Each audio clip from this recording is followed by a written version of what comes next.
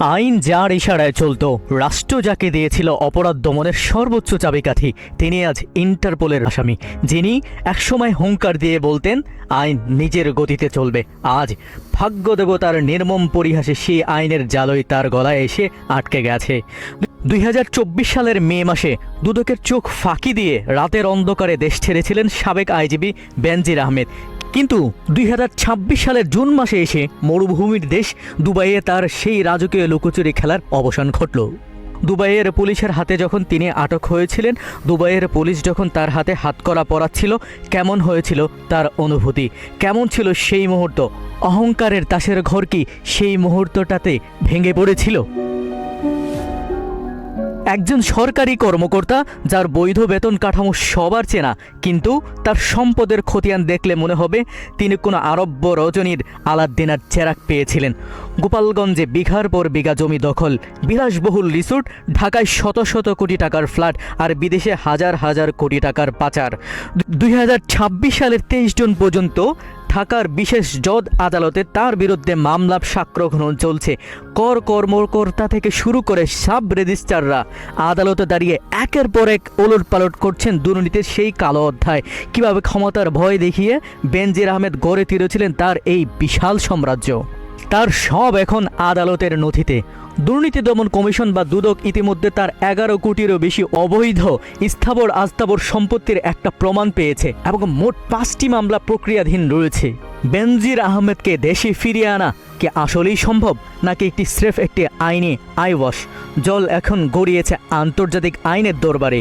Dubai police বেনজিরকে গ্রেফতারের পর ঢাকাকে সময় দিয়েছিল মাত্র 30 দিন, কিন্তু বাংলাদেশ সরকারও এবার নজিরবিহীন তৎপরতা দেখিয়েছে। রেকর্ড 3 দিনের মধ্যে 144 পৃষ্ঠার মামলার নথিপত্র, আদালতের ওয়ারেন্ট এবং সকল প্রকার প্রমাণাদি আরবিতে অনুবাদ করে পাঠিয়ে দেওয়া হয়েছে কূটনীতিক চ্যানেলে। বাংলাদেশ ও সংযুক্ত আরব আমিরাতের মাঝে সরাসরি কোনো অপরাধী প্রত্যর্পণ চুক্তি নেই, তাহলে তাকে আনা যাবে কিভাবে? এখানেই কাজ করছে আন্তর্জাতিক আইন। দুই দেশেই জাতিসংঘের দুর্নীতি বিরোধী কনভেনশন সদস্য। এই আন্তর্জাতিক সনদের নিয়ম অনুযায়ী সরাসরি চুক্তি না থাকলেও দুর্নীতির মতো অপরাধের ক্ষেত্রে এক দেশ অন্য দেশ থেকে আসামি হস্তান্তরের বাধ্য বা সহযোগিতা করতে পারে। আন্তর্জাতিক প্রত্যর্পণ আইনের প্রধান শর্ত হল দ্বৈত অপরাধ নীতি, অর্থাৎ বেনজির বাংলাদেশে যে অপরাধ করেছেন তা আরব আমিরাতের বুকে অপরাধ হতে হবে। যেহেতু বেনজিরের বিরুদ্ধে মূল অভিযোগ মানি লন্ডারিং বা অর্থ পাচার, আর আরব আমিরাতের আইনও এটিও গুরুতর অপরাধ, তাই আইনের দিক থেকে বাংলাদেশ এখানে বেশ শক্তিশালী অবস্থানে আছে। কিন্তু জানো, এই সাবেক পুলিশ প্রধানের পেছনে কাজ করছে আন্তর্জাতিক আইনজীবী প্যানেল। নিজেকে রক্ষা করতে তারা দুবাইয়ের আদালতে প্রধান অস্ত্র হিসেবে ব্যবহার করবেন রাজনৈতিক প্রতিহিংসার কার্ড। তারা দাবি করবেন বাংলাদেশ রাজনৈতিক পট পরিবর্তনের পর তাকে বলির পাঠা বানানো হচ্ছে এবং দেশে ফিরলে তিনি ন্যায় বিচার পাবেন না। আন্তর্জাতিক আইনের এই সুড়ঙ্গ পথ দিয়ে যদি বেনজির গলে যেতে পারেন, তবে তাকে দেশে ফিরে আনা বেশ কঠিন হয়ে দাঁড়াবে সরকারের জন্য। আরেকটি বড় চিন্তার কারণ হলো বেনজিরের গোল্ডেন ভিসা বা রেসিডেন্সি।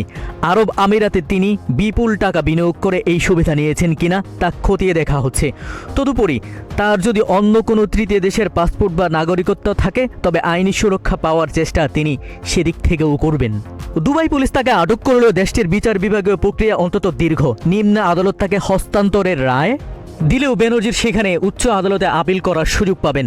এই আইনি লড়াই শেষ হতে কয়েক মাস থেকে কয়েক বছর পর্যন্ত লেগে যেতে পারে, যা মূলত তাৎক্ষণিকভাবে তাকে ফেরানোর বিষয়টি ধোঁয়াশার মধ্যে ফেলেছে। আইন নিজের হাতে তুলে নিয়ে যারা ভাবেন তারা চিরকাল অধরা থাকবেন। বেনজির আহমেদের এই পরিণতি তাদের জন্য এক মহাকাব্যিক সতর্কবার্তা।